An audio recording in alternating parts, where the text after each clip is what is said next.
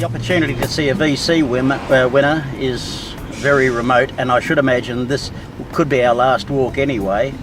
I hear you blokes are off a bit of a walk. Yes. Yeah, just let's say 300 k's, right? Yeah, from Port Augusta, back through Wilmington, Gladstone, down to Clare, over to Kapunda, and then back to northern suburbs of Edinburgh. Over 5 days, and Only 5 days. yeah, probably the last. I mean, some of these fellas are looking pretty old. I wouldn't say that. They said some. I was concerned because I was one of the organisers, and I thought, what have I got myself into here? Some of these guys have numerous problems, and their families have to put up with that. As well as us getting away, it was a big issue for their families to have that peace away from them for a week as well. These people are not just engrossed in their own suffering, they're also interested in how they can contribute and give back to the broader community. This trip's all about having a bit of fun, fellas. We've done 3 of them. We know what it's like. We know who we're representing. We're representing veterans past and we're representing the veterans future, so we'll conduct ourselves in an orderly manner all the way through.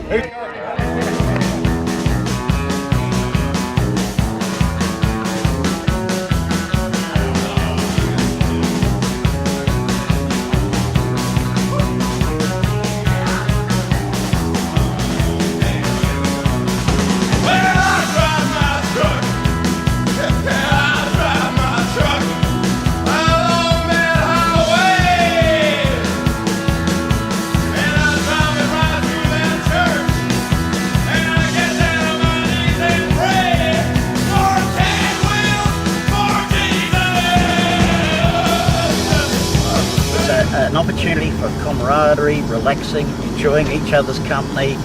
When they jump on the bus on Monday morning, you've got 53 blokes in their mid-60s. By the time you hit Port Wakefield, you've got a whole pack of young kids on board again, relaxing, enjoying, remembering. We were apprehensive. We didn't know really what was going to happen. We just got 50 vets together, told them to bring their bedrolls with them, and we'd head north.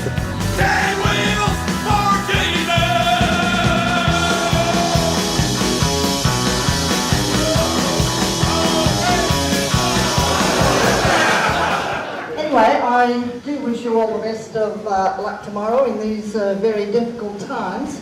I would imagine that things will be rather tight and you may not be able to raise as much as what you anticipate. Nevertheless, no, this is true. The little bloke in the white shirt just come out the toilet, Ray Kirkwood. Hello, Rob. Have you washed your hands?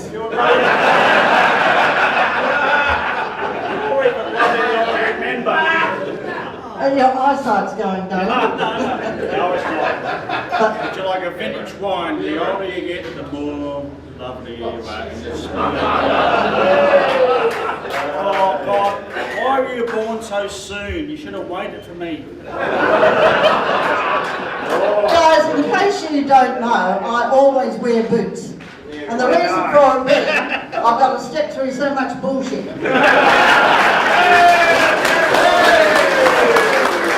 But I do wish you all the best. Oh, thank you. Let's start with a kiss, baby. No wonder your wife left you.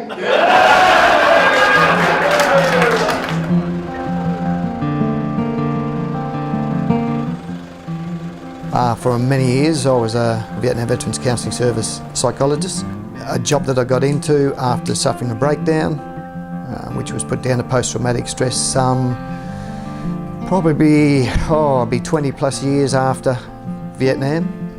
Most of my experience as a counsellor and a psychologist and around post-traumatic stress comes from letters that I wrote in Vietnam which detailed my mental state as opposed to the weather and the food. It was more about what was happening inside my head.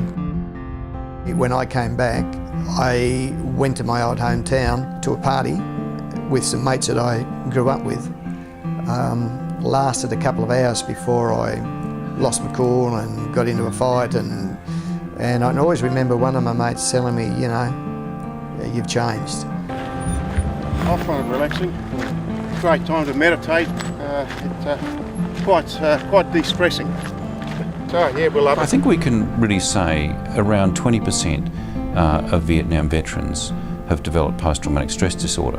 Now, the problem you get into with a figure like that, you see, is that's across a huge population where some people had no combat exposure as against people who had very high combat exposure. And the issue is that percentage is actually determined by the group you're describing.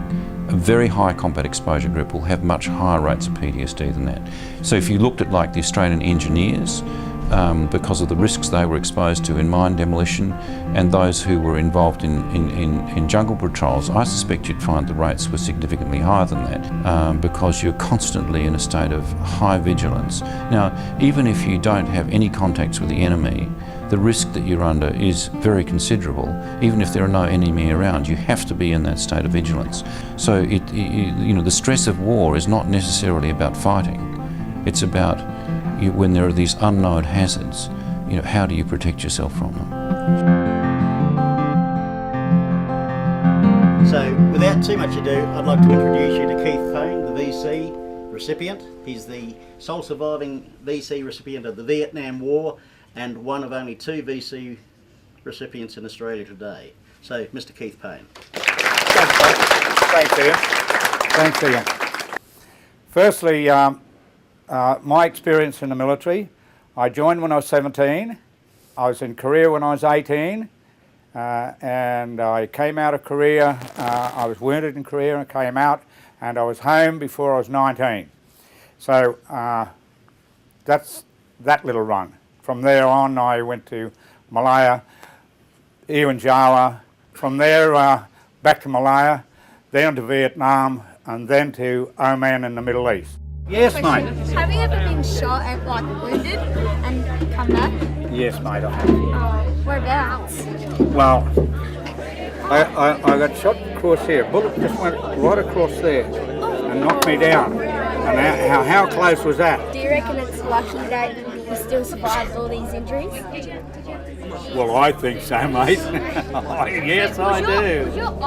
Trying to remember something that's happened 30 years back wasn't easy, but over time it's come back, and once I got that paperwork done, it was easy. DVA sent me back paperwork saying you got an appointment with a psychiatrist on this day.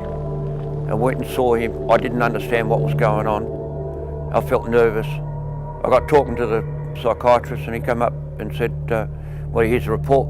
Said I had chronic PTSD. I'm back in queue. The Vietnam War was the first war where there really was real-time coverage and where there wasn't the same degree of censorship as happened with previous and subsequent wars. The tragedy is that people were actually having these constant images of the absolute horrors and the dreadfulness of what was being faced, and that didn't lead to an empathy for the soldiers. What it did lead to was an empathy for the victims. And you know, and I think that's always a very sort of strange conundrum, because I think people don't really identify with the humanity of the soldier, and I think the media in some ways filmed but didn't understand and didn't depict really what these men had had to cope with.